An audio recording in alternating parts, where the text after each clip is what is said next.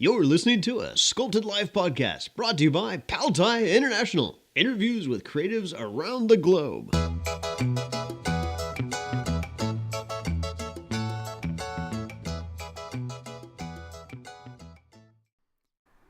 Welcome to episode 9 of A Sculpted Life.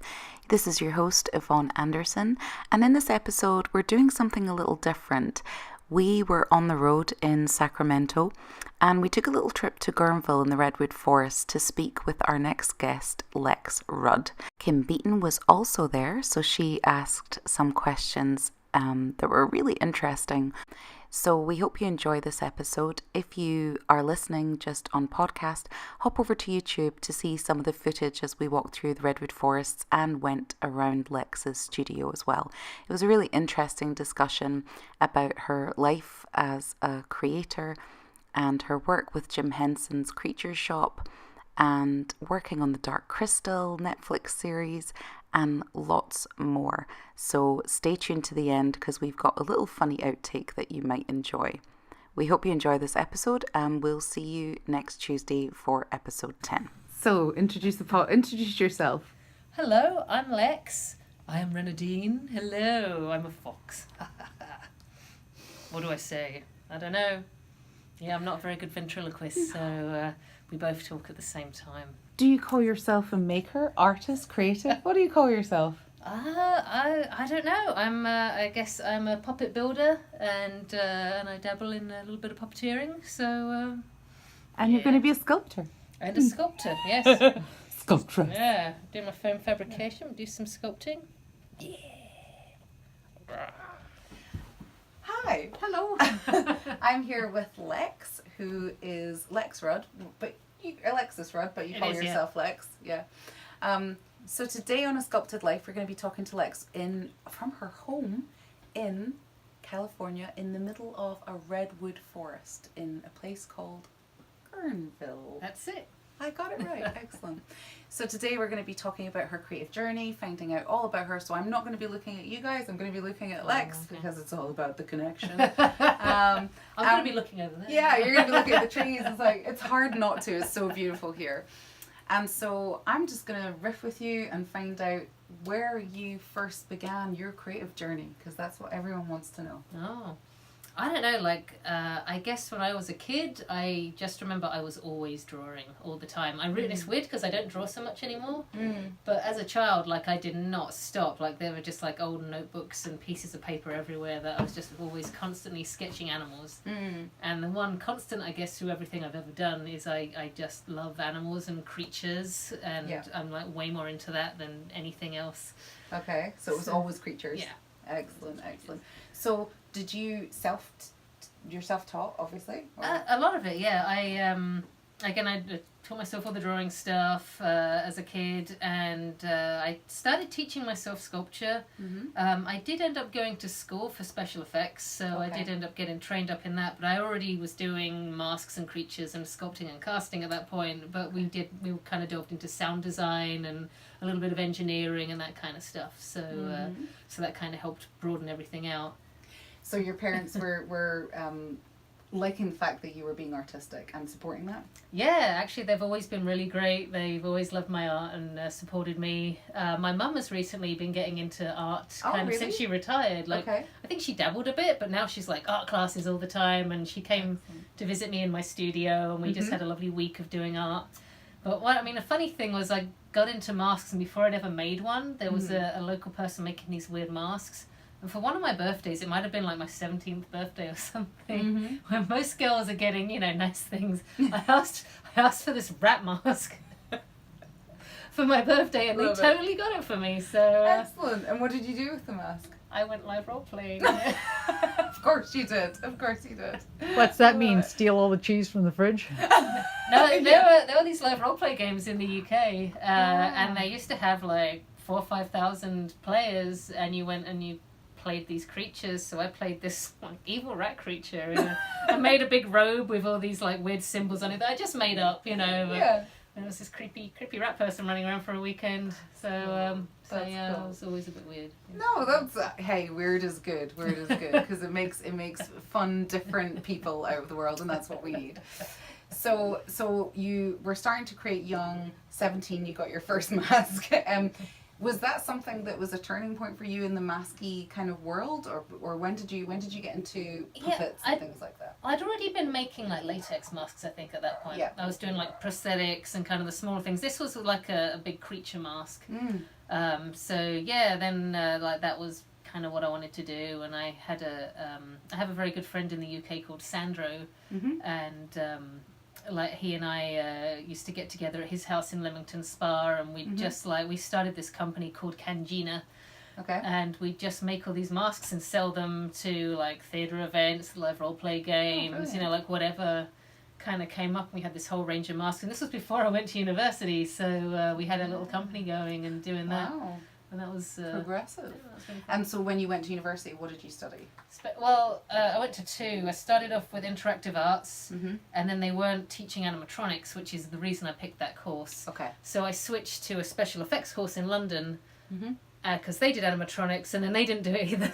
I was like, I'm done switching courses. So I've taught myself some basic cable stuff, and you saw I had those electronic eye things. Yes. And there's a guy that did all the mechanisms for the Muppets called and Between the Lions and a bunch of different puppet things called Jim Krupa, and I've been to a few of his classes and learned his techniques, and he's really good. So cool. A lot of my cable stuff is based on the Krupa method.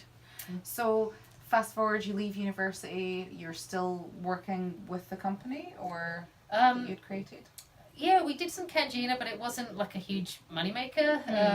But it was a great, it was just really good to kind of be out there doing it, and we made some money, and we had a really good time. And then I started working for a shop in the UK called Artem, which I think at the time was the second biggest one in Europe. I don't know if it is now, but that was great, and I worked on some stuff with them.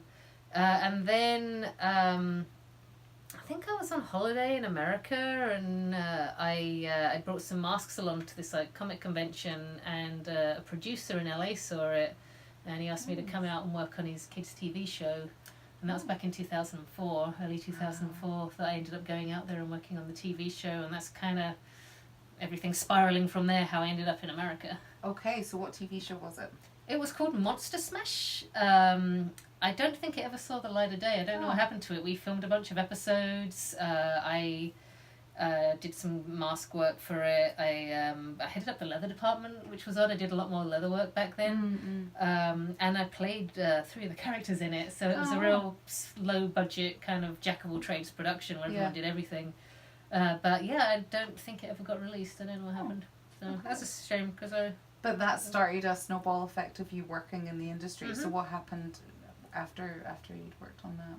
I set up my own shop again, and it was called Primal Visions, and I still kind of do that. I've had Primal Visions, Dreams and Visions. I just keep changing the name up depending on the focus. Primal Visions is more monsters, creatures. Yep. Dreams and Visions is a bit more toy design, graphic art. Okay. But it's pretty much I just have these companies and they have different aspects. But yeah, I started up Primal Visions back in 2005, and I've been doing that ever since. And then in the meantime, I've done freelance work for special effects studios. Worked for almost 5 years as a toy designer in the industry, and I have a bunch of toys out there under Folk Manis Puppets. Okay. And just whatever seemed fun and I could kind of work in doing the art. Yeah. So when did you start working with freelancing for Jim Henson? So I was just doing my own company thing, and I got this email. This unnamed monster show was looking for contestants. So actually I got through it by being a contestant on this show on the Sci-Fi Channel. Okay. And it was called the Jim Henson Creature Shop Challenge, and I didn't win. But I was one of a couple of people that after the show they said we like you. Would you like to come and shoulder tapped you, didn't they? And they said, come and work. Okay. So yeah, and then I was chatting to Pete Brook at one time, and I told him I used to be in LA, and he's like, "Did you ever why didn't you come to us and apply for a job?" And I was like, "I don't know." It just seemed like such a big thing. But when I was younger, I really wanted to work for Henson. So I was I was a teenager, and I had that No Strings Attached book. And I literally just went to the page where it talked about the studio. I like just read those pages over and over, looked at the pictures, and I managed to find where the creature shop was just through stalking that book. And I showed up there, and I'm probably like 16, and I'm in London, and I'm like, hello, I want to work for you. And they were like, that's nice, bye. So it like came full circle, and it's like, oh, that's awesome. But I think that's probably why I didn't apply to the actual shop at the time when I lived in LA the first time, because I was like, you were feeling burnt by that experience, which stopped you from trying it again. Yeah, maybe. I don't know if it was burnt, but definitely, like not quite as gung-ho. Gung-ho about it, yeah. So how was it working with that whole crew? Oh, it's awesome. Yeah. They're a great group. As I was kind of saying to Kim earlier, they have there's a lot of women that work in there. Mm-hmm. In other special effects companies in the UK and in other places I worked for, like there was some sexist stuff going on. It was kind of hard, but I didn't experience that at Henson. So there's a lot of women working. Again, the fabrication department I worked in, I mean, there's always a little bit of like friction and drama in the workplace, but we just all got on so well. Like in the fabrication department, like works when everybody's a little bit weird, but not too weird, and just artistic and really talented people, and everybody. It's very rare that you just get that on a job where like everyone just seems to mesh. So that's awesome. So how long did you work there for? I freelance. I've been doing it now since 2015, I guess. I think that was when the show was, and then I worked on. They did a Toothless the Dragon, big like walk around costume for a cruise ship, and I worked on that a bit. There was the Grumpy Cat movie where they were making a fake one of a few fake Grumpy Cats that got kind of thrown around, and I worked on that. Oh, the biggest one was at the beginning was a show called Turkey Hollow, which is a movie not a show, that was on the Lifetime channel, and I was one of 4 or 5 people that did all the creatures for that one. Oh, fantastic. What was that like? That was awesome, yeah. Again, really, really good team. Made some kind of great friends out of it, and the monsters were great. I got to play with the National Fibre Tech fur and do a lot of sewing, and we all kind of had, there was like 4 characters, and one of them was kind of each person's baby, and I got to put the IMEX in one of them, and do all that stuff. Then there was one called Oscars Hotel, which was great, and there was again a small team of us on that, like about 4 people with a few people coming in and out, and we had a little bit more creative freedom on that one, because the some English guys that came in like YouTube stars, and we were like making their show, and we got to kind of come up with ideas for the characters a little bit more. They had it pretty much dialed in, but it was a bit more creative than it'd been in some other situations. And then Dark Crystal recently was the biggest one that I've done. Yeah, tell us about that. How did that all come about? I just got the call soon. You want to? You want to work on this? Yeah. Yes, I do. So that's going to be on Netflix, right? Yes. When will that be out? This year. That's all I know. So when we are watching that, what are we looking for that we know that you had a hand in? I'm not sure if I'm allowed to say. That's fine. Okay. Oh, it's exciting. She's not allowed to say. I'm not sure if I am. No, but that's cool. That's cool. So when you are though, you have to tell us, and we have to do a follow up, so that people can go, I know who did that. That would be really. Where do you want your career to go from here forward? Ooh, that's a hard one. I'm not sure. There's a bunch of stuff I want to do. I definitely would like to do a TV show with creatures and weirdness. I'm not sure if it would be a kids one or an adults one. I'm kind of not like adult, but but I'm not sure of that either way. I'd like to get back into the toy industry again. I really enjoyed that stuff, and now I've been playing with your wonderful new Paltire Premium. I've been very inspired to do some large scale, big ass kind of long-lasting pieces. So that's so Lex came to our masterclass, the first one that we ever had in the United States so far. But watch out, we're having more. And you came along, and I was really excited to see. I am really excited to see where you go with that, because looking at Lex's work, like we'll have some in the podcast, because her studio and even her house is just stuffed full of the coolest stuff. You could literally like spend hours just wandering around it. So I wanna see what she does with it. That would be really cool. So tell us, who inspires you as a creator? Is there any one or set of people that really inspire you? I'm not sure. I mean, I think not a person so much, but there were definitely like puppet characters growing up. Mm-hmm. I was a big fan of. Roland Rat. I loved Roland Rat. Do you know Roland Rat? Nope. Oh, Sorry. So nobody in America or Australia or New Zealand I'm like, huh? on children's breakfast time TV, because so children's breakfast time TV, instead of there being a human presenter, there was a rat, and it was a big puppet, and he had really weird mannerisms. I'll try and do an impression, but he was like, "Nee, rat face, and he had this like crazy voice, and then he had sidekicks like Kevin the Gerbil and Errol the hamster, and it was kind of stupid, but it was just amazing, and like something connected with you though, right? Yeah, it was just like they always played it that these were real people that were alive. It wasn't like, here's a puppet doing the thing. It's like, this is a person. Yeah. And he's got his friends, and they keep screwing everything up, and they drive the Ratmobile car, and like it was, and he like presented the cartoons. He'd be like, here comes a cartoon, and they were going. And and it's weird that was something that inspired me so much. There was also a ventriloquist in the UK. He's an American ventriloquist, but British people know him more, called Ron Lucas. Oh yeah. And he had a dragon puppet called Scorch, and some other puppets, but he had this dragon, and that was another thing that kind of really made me want to make a puppet, because I kind of was looking at getting one of those made once, and I saw how expensive it was, and I was like, I can do that. So did you ever see I think it was America's Got Talent, and they had a little girl called Darcy, and she had two ventriloquists, like she would have two people talking, and then she'd be singing for them. Did you see that? I've seen some YouTube videos of it, but there's some really talented. I can't ventriloquist. I can puppeteer, but I can't ventriloquist at all. I'm talking. Now, so what do you call yourself? Is it a puppeteeress, or what do you call it? I don't know, like puppet builder, puppeteer. They just there's no real gender divide on that one. I don't think. Puppeteer princess. I've always been more of a dragon than a princess. Yeah. No, I can see that. That's cool. This lady's a dragon lady as well. We're all dragon ladies. It's cool. I'm probably a princess lady, actually. You can be a princess. Oh, I have another question. Yeah, go. So, we're all women. We're on the field. We're all professionals.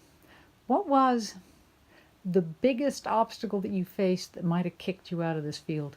So I started work at an unnamed special effects house, and there was me and a group of young lads, and it was one of my first ever jobs, and I was very new to it, and very intimidating for me. And I'd finished university, and I was like fresh in the field, and they basically were talking about everybody gets a mentor. So, everybody got to have a mentor, and they'd work under that person and get taught the trade.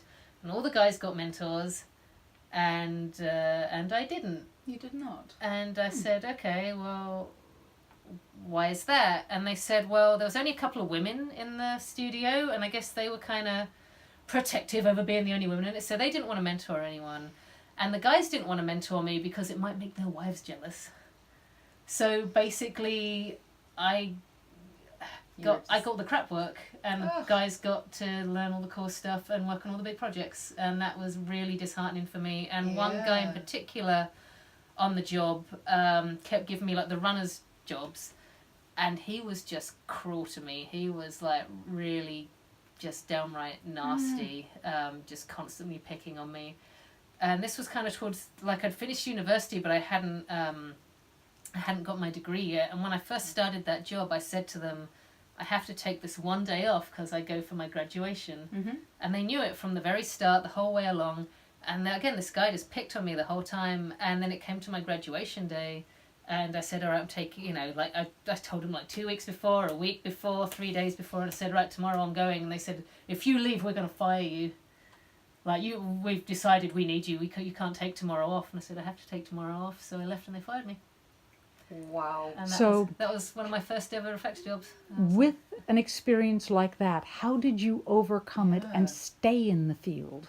I kept starting my own companies. I know it sounds weird, but like it's like if I can't get a job and these people are going to be cruel to me, I'm just going to do it myself. Yeah. And there's other like trips to that as well, where it's better to, you have to do so much more experimenting, and you really have to be on top of what's going on and buy new materials and learn how to make them and try and network in other ways. And some of that is cool because I've developed a bunch of techniques that other people don't know. My fake fur work, I do things that I don't think anyone else does.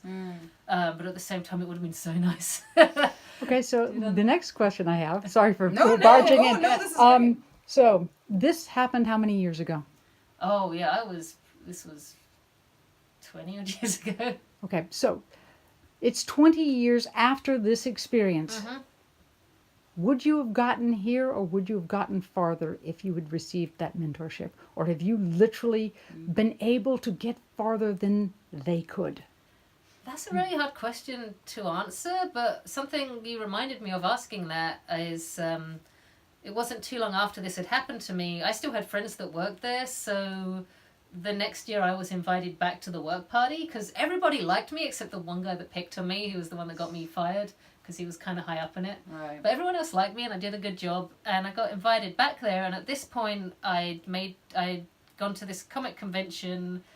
This producer had seen my masks. I was flying out to LA the next month to go and work on this thing, and this dude came up to me at the party and said, "You've got further than anyone I know in this amount of time." And I was like, okay, cool, you know. Yes. That's actually what I experienced too. When I got booted out, I had to work harder than ever, and I still love the curiosity. So what is powering your desire to stay in this field? Is it curiosity? Is it love? Is it a scientific just entrepreneurship? What's fueling you? I don't know, there's just always been a drive, and I mean the drive is really to make creatures. And I've definitely done other jobs where I've made, like armor, and I've done woodwork, and I've done some kind of prop stuff, but like my drive is I get excited to make a new creature, whether it's, like a fox or a bear, and usually it doesn't necessarily matter what the medium is. Yeah. I'm just so into animals and like fantastic creatures. I was, even when I was younger, like I was probably way more, I don't know, like imaginative back then, but I'd create entire worlds and entire races and have characters that interacted with each other and have these whole things, which I'd like to kind of channel that back if I ever get the opportunity to do a show, because, I'd like to bring all that in. That's been kind of on hold a little bit the last few years, but yeah, it's, I mean, this drive that I really have no say in. It's like, I gotta make creatures. So striking out on your own, you have had your vision more able to expand. You have not been as limited. So you stepped out on your own and you got to do so much more. Is that true? Yes. I think so. I'm not asking that right. Sorry, I'm just... I get what you're saying. The nice thing about, like, I like to do a bit of both. I need to keep my foot in the freelance world, though, because, I mean, like, there's one thing saying, I've had my own art studio for a few years, and then you go, oh, I've worked for the Jim Henson Creature Shop, and all of a sudden people take you seriously. And, if you say I worked on this film, I've got these credits, like, that's how you're judged. I remember I took these puppets and creatures of just this fun stuff I'd been making, and some friends, and the friends dressed up, and I had some puppets, and we were kind of wandering around, and this photographer came up and he's like, "This is the most amazing thing ever," and he was taking loads of pictures of us, and he's like, "This is great. What TV show is this from?" And I said, "Oh, it's not a TV show, it's just something I came up with." And he went, "Oh," deleted all the photos. You're kidding. No, walked off. It's like, it wasn't, because it wasn't a show. He said like it was good enough, it could have been, but because it wasn't. Wow. That's crazy. Just deleted everything. And I was like, see, that's how Would you people ever see consider starting your own show, like with your own puppets and your own characters? If I had the money and the resources, totally. Okay. Yeah. Okay. Let's get her connected, people. Okay, that's what we're here for. We want that. We could have sculptures in the background and the puppets interacting with the sculptures. That makes sense, That would be so cool. That would be so cool. Yeah. And what do you like? I know Kim's asked what your dreams are for the future. So obviously you're living now in one of the most beautiful places. Look at this. Just pan off and look at this. How beautiful is it? You can see through the net. No, you can. It's amazing. So so obviously are your plans to stay in Guerneville and just continue creating? Yeah, I mean, I make it tricky for myself, because if I lived in LA, I'd get so much more work. But it's a struggle in LA. I mean, I have friends that work in LA, and they get some good jobs in, and they're living like 3-4 to a house, and it's crazy expensive. I mean, when I was working on Dark Crystal, I was renting half a house with another lady, and it cost more than the mortgage on my house to rent half a house with someone else. So it's, it's really challenging. So, I mean, my dream would be to kind of make this area a bit more of a hub. If I could get we'd have to make it happen, but to get more creative people, because it's so inspiring, and I love the nature and the woods and everything going on. And we've got North Bay TV, we've got there's a wonderful two women, I don't know if you've heard of them, called Lee Armstrong and Camila Portuguese. They have a company called Images in Motion. Okay. And again, they're just very creative, talented women.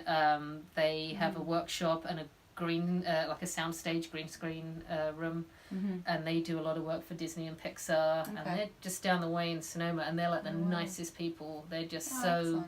Wonderful, like human beings. And just trying to getting everybody together. Yeah, well, that's what we're all about. We just need a project to work on. Yeah, connecting artists. What would you say to someone who is maybe a 17-year-old girl who's asking for a mask for her birthday? What would you say to people who are looking to get into the arts but are maybe being told, you can't make money, or don't go into the arts, go into something that's going to, be a job? What would you say to them? I don't know, that's hard, because there is a part of me that says it would be nice to have a more stable income. Yes. But I do have a lot of people reach out every once in a while, and I don't always have time to Skype with them or give them a tour of the studio or something. But I always try and reply. Oh, do you? And kind of get back to them. And I usually just list resources, places where you can learn. There's some free puppet patterns that I have access to that are, nobody has the copyright to them, or they've given it to the world. So. Yeah. Or some bits that I've done. So, if somebody's like, oh, my daughter really wants to make a puppet, but she doesn't know where to start, I'll kind of tell them what foam to get, some glues that might not kill them, and kind of send them some patterns and try and, but really at the end of the day, they just need to do like I did and spend way too many hours locked in your garage or your shed, trying to make all this stuff until you failing forward. Yeah. And people say, how do I get to work at the Henson Creature Shop? And it's like, well, you have to be really good, but you can be really good. You just have to put the hours in. You can't just expect to, dabble in it unless you're really awesome. And like what we were saying before, it takes 10 years to become an overnight success. Yeah. And it really does take that diligence and that practice and that doing things over and over. And it's that keeping trying. Richard Taylor has the best piece of advice to young artists. He says, what you need to do is fling yourself at failure and miss. Yeah. Oh, that sounds good. Oh, that's a good one. I like that. And trust me, man, it works. You just, even if you're going to fail, just keep at it, and you get here. Are your siblings, you've got a brother? I have a brother. Okay, is he creative? We are polar opposites. Oh, really? We don't even look like we're related. He looks nothing like me. He's got almost a more olive complexion with darker hair, facial features, nothing alike. And he's computery, databasey, web. Totally different. He lives in Japan. Oh, wow. I live in America. Wow. My poor parents live in England, so we just went. Oh, they're like, no. I kind of joke that we have a close family, but just not geographically. Yeah, it's true. Just now before we go. Since you are still moving in the field and you have made connections, do you think that it's easier now to get into the field because there's so much more command? There used to be 4 channels, there was now 1,500 channels. Is there more opportunity for the kind of work you do? I'm having a harder time recently, I have to say. The last few years has been tougher. And it's weird because I say you've got Netflix and Amazon and all these streaming services that have got a huge amount of content. Yeah. And Disney are just about to come out with their online streaming as well, But just recently, I have a lot of friends that worked in the puppet shops in New York, and a bunch of them just shut down. So, it used to be New York and LA that were the big puppet hubs, and a lot of those people from New York have all moved to LA now. So some of the jobs I used to get the calls for, hey, we need someone come to LA. There's all these New Yorkers there now, and they're just living there. And again, I don't want to live in LA, so I've shot myself in the foot a little bit in that respect, but I just really like it here. So between not living in one of the hubs and competing against, some of the jobs I get, I'm competing against LA studios to get. And I'm usually, I'm way cheaper than an LA studio, but, they just have, the history. So, I don't know. I've found it tougher, and I hope it gets better. There are more streaming services, and there are things going on, but, it's I mean, they'll always be looking for fresh content as well, right? Because they've paid so much to get these streaming services online. I'm guessing they need to fill them with something that's really interesting for people to watch. So and productions are weird, you know, like they'll have this entire advert campaign that revolves around a puppet, and they'll have the sets made, and they'll have like everything booked out, and they'll have, you know, the catering ready, and it'll get 2 weeks before, and they're like, well, I guess we can make the puppet now. And you get this call saying like, we need this thing in a week, and it's like, oh, okay. and you're like, so you booked the caterers a month ago, like. Well, this is the main feature. Okay. And then they'll try and like buy somebody's like puppet off Etsy or something, and then see if they, you know, and it's like. That's crazy. Like it wasn't made for that kind of thing, you know. It might be a lovely puppet, but it wasn't made for what you want it to do. Like, how do you know? So that's always been a bit weird as well when you come across that in the workplace. So would you try, like, I know you're you make puppets and things like that, but and now you've played with Paltai Premium. Would you try sculpture work, and if you did, would you be making the same kinds of those creatures still? They'd still be creatures, yeah. Yeah. I don't know if I could make a puppet. I could totally try. Do like a big gargoyle or something, and I guess you know, if you made the jaw separately and kind of hinged it, yeah, you could. Around the back, you know, make it hollow. Oh, now you're giving me ideas. I just want something I can climb and jump on. So. Yes, exactly. Something big, you know, like my biggest puppet. I mean, you can make the giant parade puppets and stuff, and I've done a bit of that, but yeah, I just like the idea of like making. I kind of just want to make something that sits in my garden and I can just sit on, you know, and lounge on. And, you know. And what's your fauvorite puppet that you've ever made? I don't know, like I kind of fall in love with all of them and then hate them by the end because they've taken too long and they've gone over budget. But I don't know, I'm like, some of the more impressive ones, I liked the realistic lion I made and the big copper dragon because they were great. But I think my little fox puppet is one of my favourites. It's just one I kind of made mostly for me, and it was like a little show that me and my puppet partner were thinking of doing. But yeah, it was kind of like, you know, it's like my Kermit, I guess. Like I have this little fox puppet that that you carry around. Yeah. Is that the one that you had on? That's the one in the studio. Show? And awesome. We'll have a wee look at that one. I like that one. That's like my little mini me kind of. Yeah, you're familiar. Yeah. Awesome. Is there anything else that you would want to say to people listening? Because this whole podcast is really about inspiring people on their creative journey, and I guess showing them that, you know, there are people out there doing these kinds of jobs and freelance work and things like that. Is there anything else that you would want to tell people listening? I don't know. I think we covered most of it. I mean, it's literally nothing's ever been handed to me in this field. Like if it's like constantly like struggling, but constantly learning. You know, constantly keeping yourself inspired. Yeah. You know, because as an artist, you can be up and down, you know, like you can kind of be like really into something and then you can get into a little bit of a slump, and it's good to just find the things that, I mean, I got very inspired after the workshop. That was awesome. Excellent. That's and something like, you know, just going to a zoo, going on safari, you know, like the Safari West thing, you know, local thing down the road. Just, you know, I like seeing animals and being around them or walking through the redwoods, and that also kind of... Because art can be a really lonely existence, and do you find that when you're connecting with other artists, it jumps you up in your creativity and you're like, you go away kind of like juiced up and ready to work on something else? Or definitely, because like most of my stuff, like I have a small studio, so it's mostly just me, and if I get a bigger project, I'll kind of hire on some friend freelancers, and we'll have a great time, and then they all go away and it's just back to me on my own again. Run.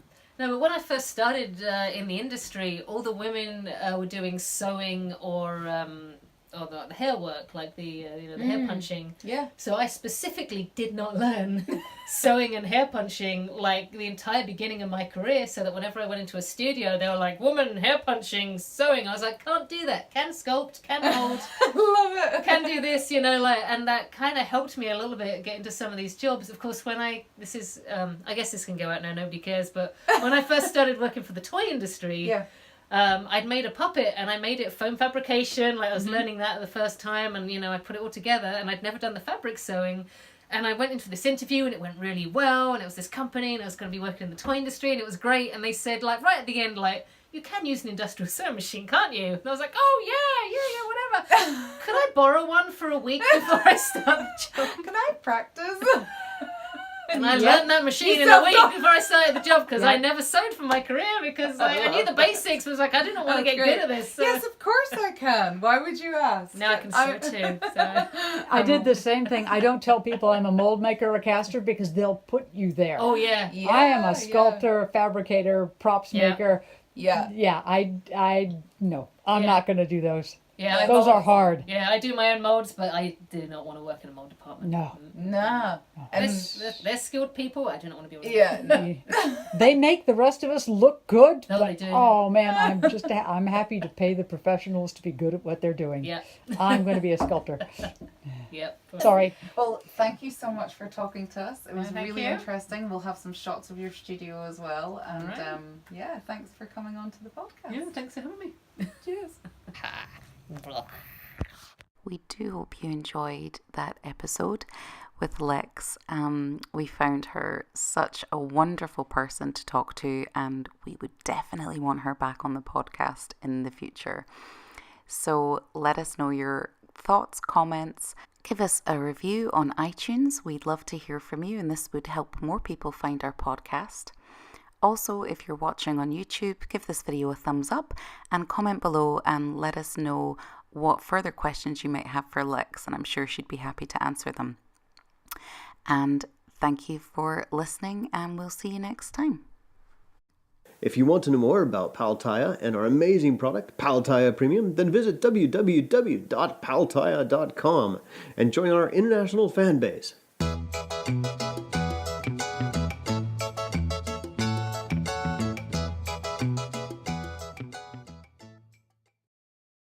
Did Lex give you a name? Nope. Well, how come? Oh, I don't know. I think I'm for sale. When I'm for sale, I don't get a name. Oh, I'm so pretty, though. You are. You're gorgeous. Do you think you're way better than the fox? Yes. Yes, I am definitely better than the fox.